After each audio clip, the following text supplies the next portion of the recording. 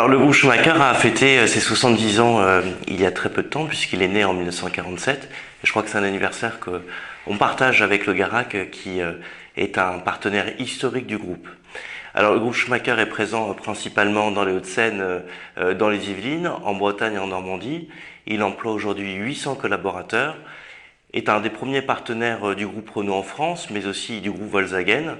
Il a aussi un pôle marque italienne avec les marques Fiat, Alfa Romeo, Jeep, Maserati, et justement un pôle luxe en devenir, notamment avec les marques Alpine pour un caractère sportif, mais aussi Lamborghini à Paris.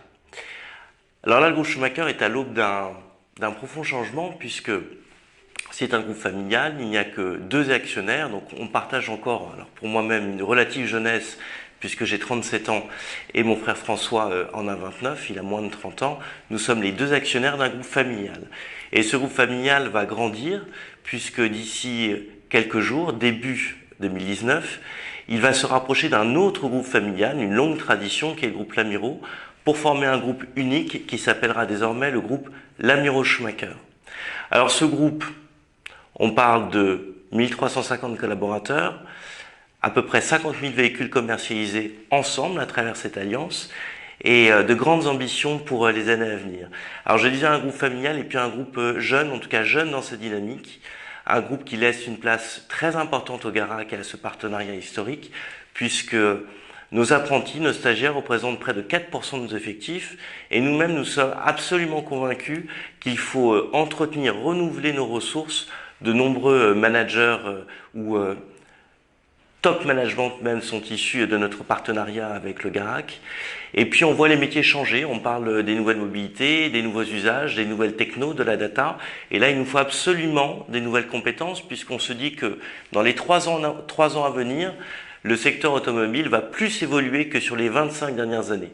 Donc on voit émerger de nouvelles professions en vente, mais aussi en après-vente, en vente des nouveaux profils, des nouvelles typologies de vendeurs qui n'ont plus le nom de vendeurs, ni même d'ambassadeurs, peut-être même de genius, et encore on ne connaît pas les nouveaux profils. Et puis à l'après-vente, ce sont nos orfèvres qui ont ce savoir-faire qui fera notre différence demain, qui fera toujours la valeur ajoutée d'un réseau de marque, d'un réseau de distribution et de réparation automobile.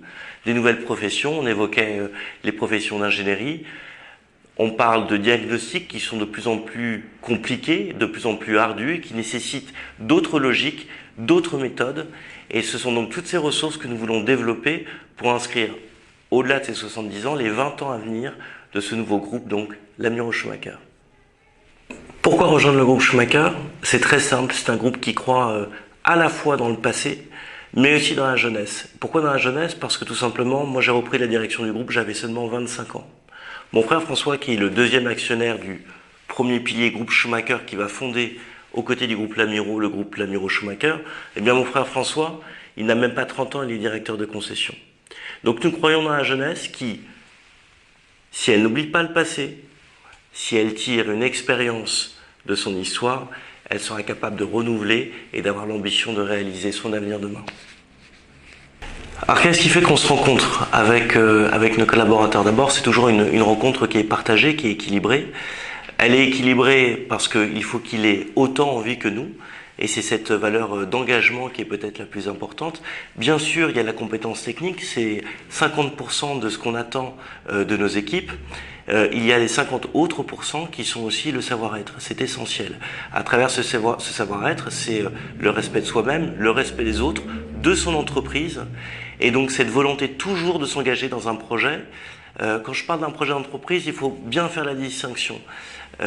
La rentabilité est un point qui est extrêmement important dans une entreprise, mais c'est surtout un moyen de développement.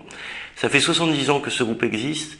Si nous voulons l'inscrire dans la durée, il faut que nos équipes partagent ce projet d'entreprise au-delà du très court terme et des simples besoins du quotidien.